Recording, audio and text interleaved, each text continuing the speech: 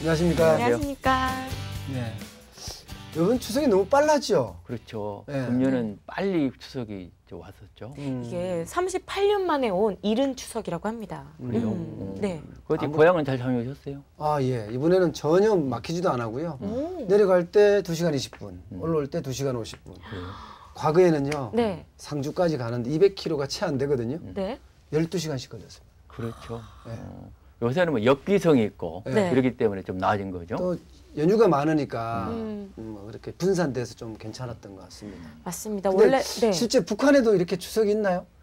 있다고 얘기는 들었는데요. 네. 정확히 저는 모르겠습니다. 그렇죠. 대해서는. 네. 북한에서 모르시는 분들 참 많으실 거예요. 네. 제가 오늘 모신 분은요. 북한 전문가라고 해도 과언이 아닙니다. 바로 이 21세기 한국발전연구원의 우리 김석우 원장님 자리를 모시겠습니다. 어서 오십시오. 안녕하십니까. 안녕하세요. 어서 오십시오. 네. 어서 오십시오. 안녕하세요. 네. 안녕하십니까. 안녕하세요. 네, 예. 이쪽으로. 예. 예. 감사합니다.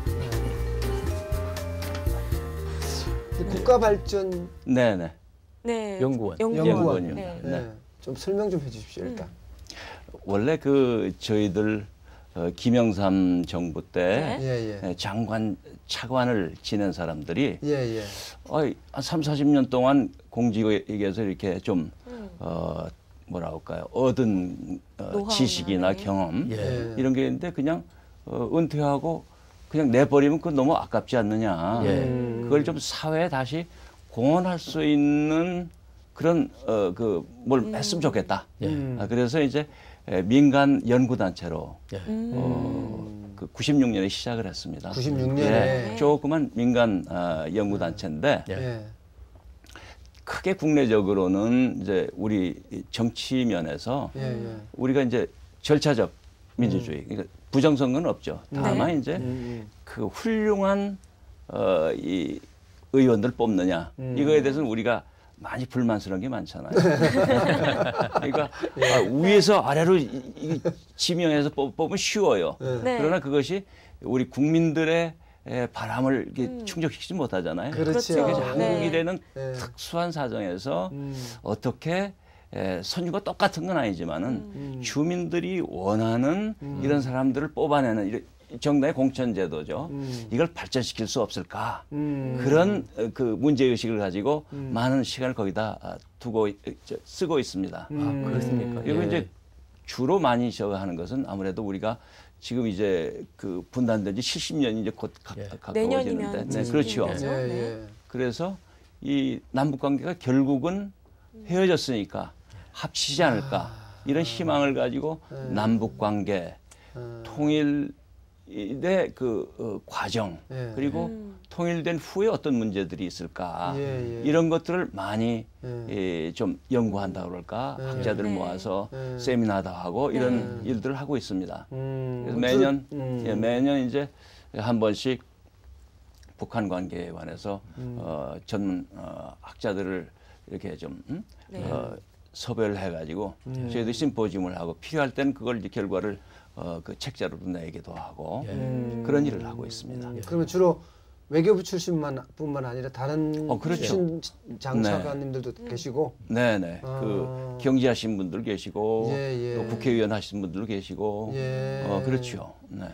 의미가 좋네요. 그렇습니다. 그죠? 예. 네, 의미가 굉장히 좋네요. 고위 공직을 하신 분들이 자기가 네. 가진 지혜를 예, 예. 사회에 환원한 측면에서 예, 예. 상당히 바람직한 것 같고요. 네. 또 그 차관님 그 북한 문제 얘기를 하셨는데 지금 저 남북 관계 상당히 경색된 상황 아니겠습니까? 이 부분이 박근혜 이 정부 내에서 풀릴 것이라고 지금 얘기는 하십니까? 혹시 어떻게 보십니까? 저는 풀릴 수 있을 거라고 생각을 하는데요. 정부 자체가 물론 한꺼번에 뭐 깜짝 쇼를 하든 이것은 안 되지만은 남북 관계 경색되는 걸 충분하게 이해를 하고 있고 그 원인과 해법에 대해서 많은 그 전문가들이 모여가지고 연구를 한다고 보죠.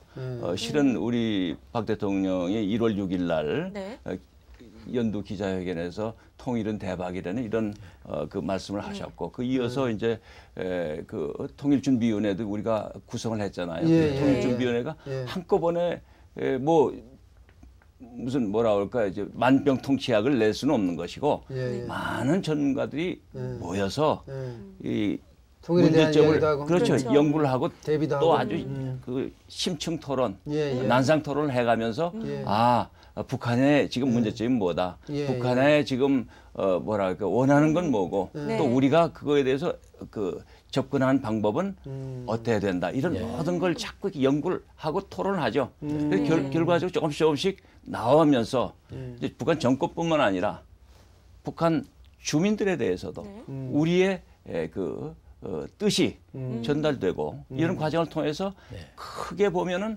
통일의 그 목표에 점점 우리가 다가갈 수 있다고 그런 생각을 갖습니다. 일단 그러면 네. 문제점은 뭡니까? 문제점이요?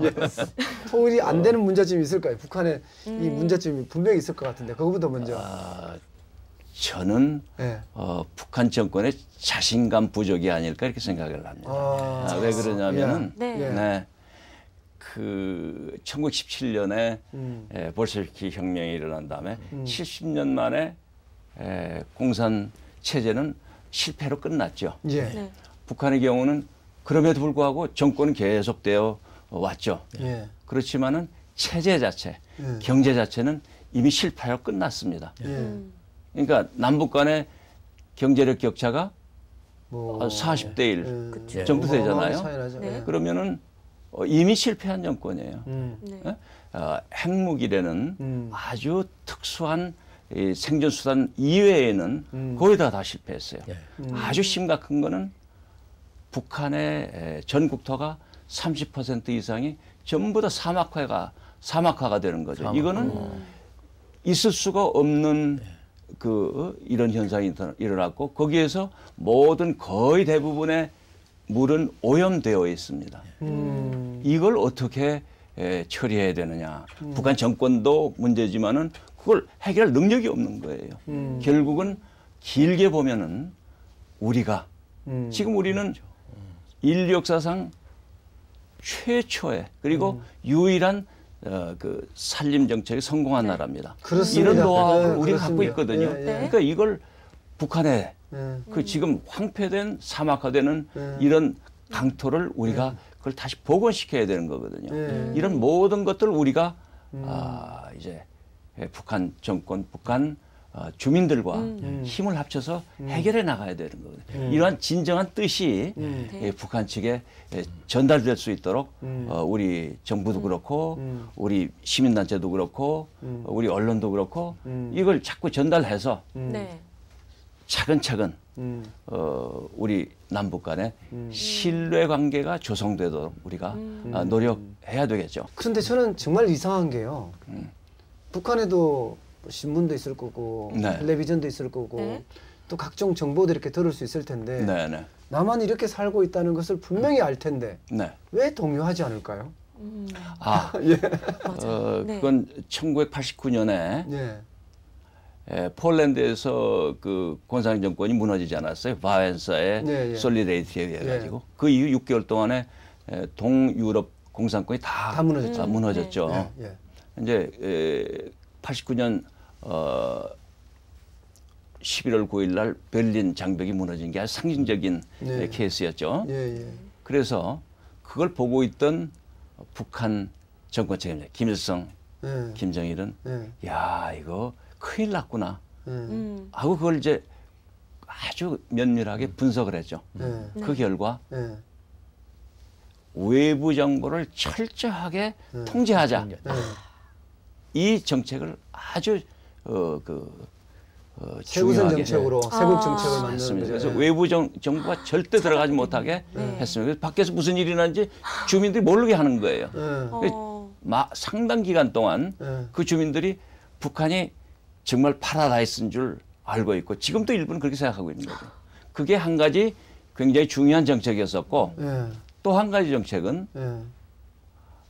당의 유일사 정책이 10대 원칙이라고 해가지고 김일성, 김정일 이런 데 대해서 불만을 표한다든지 비난한다든지 이렇게 되면 당장 본인은 물론이고 가족들을 아무도 모르게 체포해서 강제 수용소에 집어넣어 15만 내지 20만이죠.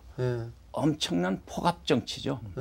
이 두 가지 방법에 의해 가지고 주민들이 바깥 세상도 모를 뿐만 아니라 이 불만이 있어도 절대 그 불만을 얘기할 수 없는 그런 체제를 유지했죠. 그러니까 정권 자체는 어떤 의미에서는 유지가 된 거죠.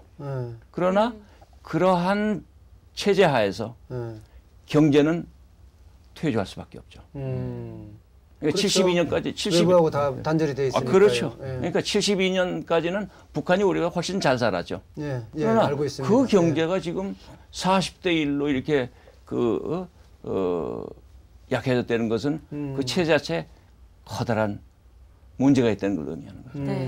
그런데 문제는 그 북한도 그런 딜레마에 빠져 있지 않습니까? 북한 입장에서도. 근데 최근에 보면은 북한 고위층이 미국에도 가고 유럽에도 가면서 나름대로 새로이 자기들 개방하겠다는 의지를 많이 표명을 하고 있지 않습니까? 그렇죠. 그게 지금 현재 자기들이 부딪히고 있는 그런 딜레마를 풀려는 노력의 일환이 아닌가 생각이 드는데. 그렇죠. 북한이 어떻게 보십니까? 그 뭐 지금 싱가포르라든지 또는 유럽에도 그 북한의 관료들을 초청을 해서 뭐 시장 경제에 대해서 가르치기도 하고 그렇게 하고 있죠. 근데 지금 미시적으로 보자면은 북한에서도 이 바깥에 시장 경제체든지 이런 걸 배우고 가능하면은 개혁 개방을 하겠다는 의도로도 볼 수 있어요. 그러나 그것이 정말 의미 있는 것이냐 하는 데는 아직은 미치지 못한다 이렇게 생각합니다. 만약 그게 북한 정권의 딜레마인데요. 어떤 문제냐면 개혁 개방을 의미 있는 개방을 한다면은 정권을 유지할 수가 없다는 그 문제입니다. 왜냐하면 개혁 개방을 한다면은 주민들이 어떻게 생각하면 지금까지는 그 북한이 파라다이스 줄 알았는데 지금까지 속고 살았다 하면 그 정부에 대해서 어떻게 하겠어요? 반감이 생기고 정권 유지하기 힘들죠. 그러니까 그 딜레마 때문에 미시적으로는 개혁 개방을 하는 것처럼 많은 노력들을 하는 것처럼 보이지만 실질적으로 결단은 내리지 못한다.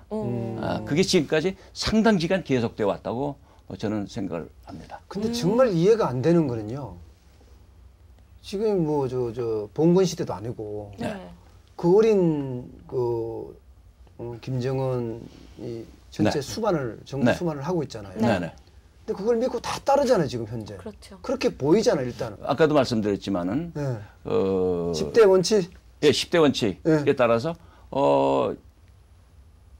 통치자에 대해서 불만이나 비판을 얘기할 때는 가차없이 처벌을 하거든요. 그렇게 하고 본인뿐만 아니라 뭐 친구 또는 가족 전체가 다 그러한 처벌을 받게 될 위험성이 있죠. 그렇기 때문에 그러한 그 용기를 일반 주민들이 내질 못하는 거죠. 그게 지금까지 유지되고 있는 거예요. 그러니까 그것은 김정은 개인뿐만 아니라 소위 그 북한 노동당의 핵심 그룹이 그러한 체제를 계속 유지하기를 원하는 거죠.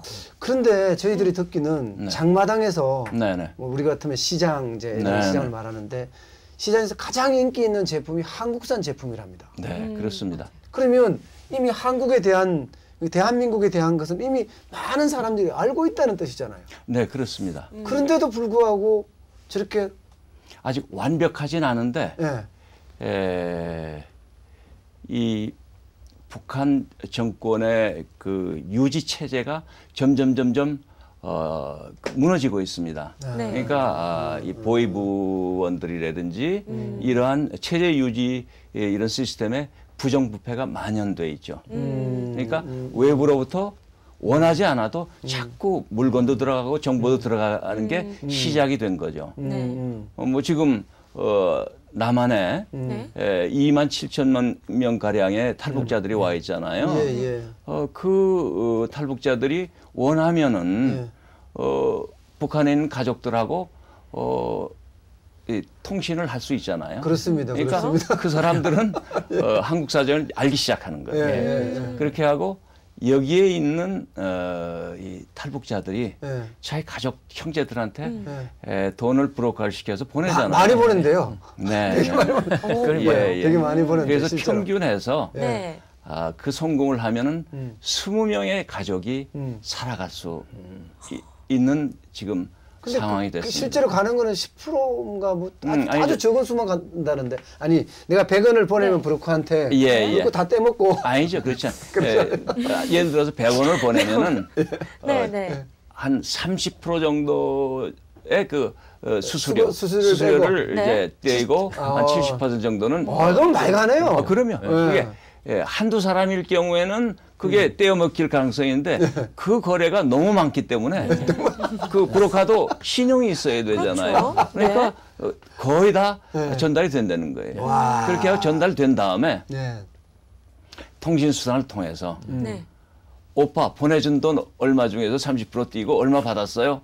그렇게 통화를 하는 거예요. 네, 그렇답니다. 그렇게 하고 지금 북한의 지금 장마당이 북한 주민이 필요한 생필품의 절반 이상을 장마당에서 구하도록 돼 있어요. 체제가 소위 배급 체제가 망가졌기 때문에 정부가 주민들이 원하는 생활 필수품을 공급을 못합니다. 그러니까 장마당에서 그걸 구하는 거예요. 그 장마당의 기능이 50% 이상의 수요를 지금 공급을 해주고 있는 거거든요. 그 장마당이 가장 큰지 어떤지 뭐 상당히 중요한 이 자금은 우리 탈북자들이 보낸 자금이 거기에 돌아간다. 야, 그거 참 좋은 일이네요. 좋은 일이에요.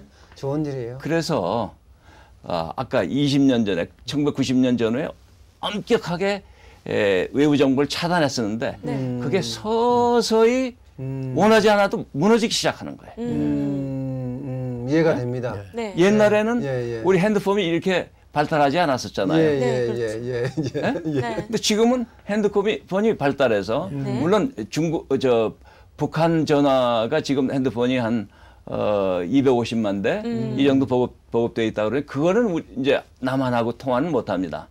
그런데 중국의 그 핸드폰들을 통해서 다 통화된다고요? 통화를 해가고 북한에 이제 그런 통화를 한 사람들이 남한 사정을 조금씩 이해를 하게 되는 거고 또 한국 제품을 이제 보게 되면 한국이 옛날에 그 자기네들이 교육받던 대로 거렁뱅이만 사는 이런 데가 아니되는 걸 점점 깨닫지 않겠어요?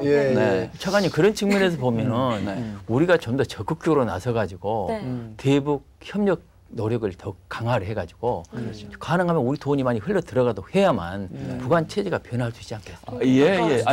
아주 그 좋은 말씀입니다.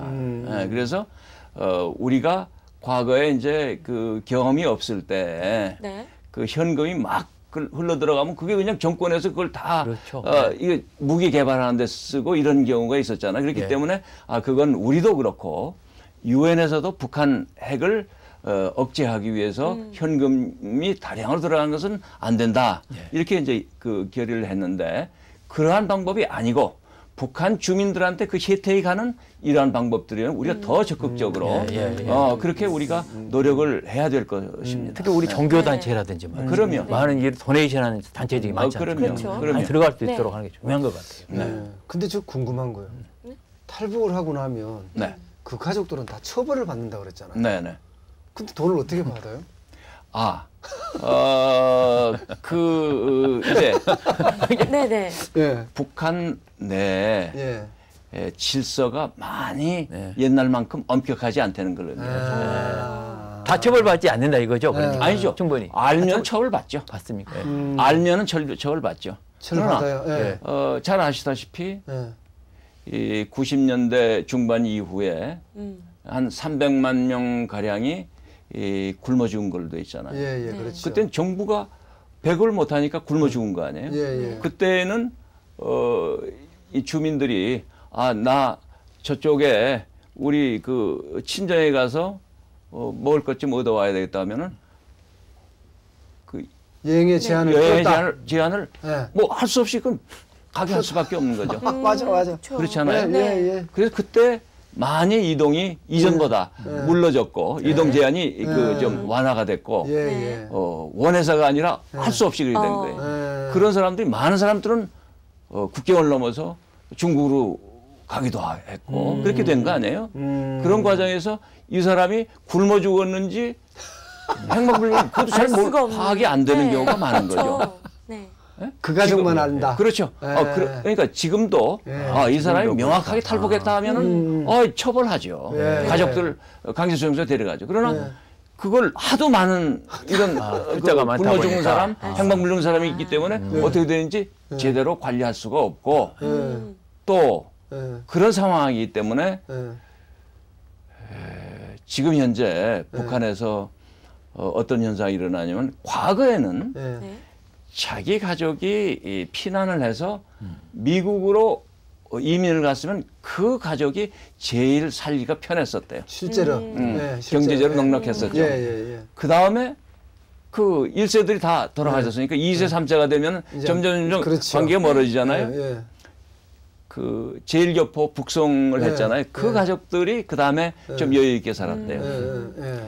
요즘은 탈북자 가족들이 상대적으로 잘 산다는 거예요. 그럴 수밖에 없겠죠. 그래서 알게 모르게 아마 저 집은 탈북했을 거다 하면은 혼처로서 가장 좋다는 거 아니에요. 와. 먹고는 사니까. 그럼 27,000명이 되는 탈북자들이 보내는 돈은 액수는 솔직히 얼마 되는지 측정은 됩니까? 혹시?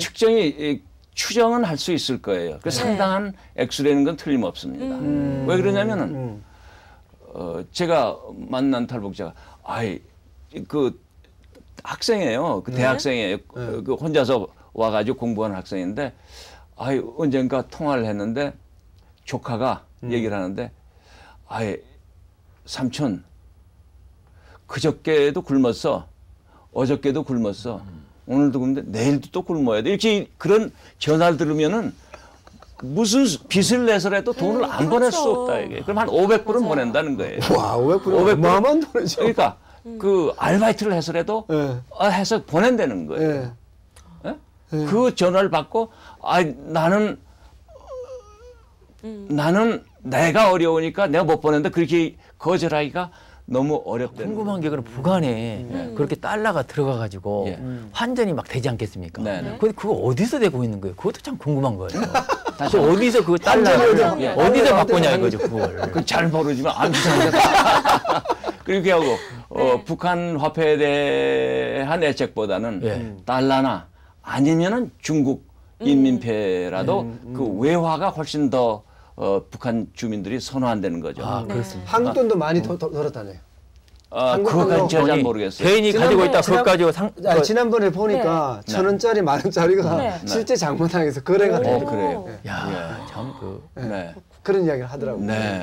그러니까 또 이야기 들은 것 중에 북한의 어떤 고위 간부들 있잖아요. 그 집에 가보면 전부 다 한국산 TV에 한국산 밥솥에 뭐 이렇다 그러더라고요. 그만큼 변했다는 건 분명한 것 같아요. 제가 봐도. 그렇죠. 경제 자체가 정상적으로 도는 게 아니라고 볼 수가 있는 거죠. 그렇죠. 그러니까 북한 정권이 원하지 않아도 이 과학기술의 발전, 교통통신의 발전에 따라서 북한 주민들이 서서히 알아가게 되는 거예요. 아유, 시간이 다 돼서요. 마지막으로 하실 말씀 있으면 좀 해주시면. 아니, 하실 말씀 되게 많으실 것 같은데 우리가 너무 한 가지에 집중해서 말하다 보니까 좀 죄송해서 말씀하시고 싶은 거예요. 우리가 6.25에는 아주 처참한 전쟁을 3년 겪었잖아요. 우리 남한에 아무것도 없었습니다. 그 처참한 게 이게 사실 다행입니다. 맞습니다. 죄송합니다. 그래서 우리가 경제를 건설하고 자유민주주의도 성공시키고 이건 역사상 정말 대단한 성취입니다. 이런 자신감을 가지고 남북 통일 문제에 대해서 우리가 접근해 간다면은 우리가 주도권을 가지고 줄 건 주고 받을 건 받고 아주 신뢰를 쌓아가면서 해나간다면 저는 통일이 그렇게 어렵지 않다고 봅니다. 박사님. 대단하십니다. 와, 정말 시간 30분이 순식간에 다 지나갔어요. 감사합니다. 너무 재미있었고요. 궁금한 것도 많았고요. 또 의지도 굉장히 강하신 것 같아서 기쁩니다. 오늘 나와주셔서 정말 고맙습니다. 감사합니다. 감사합니다.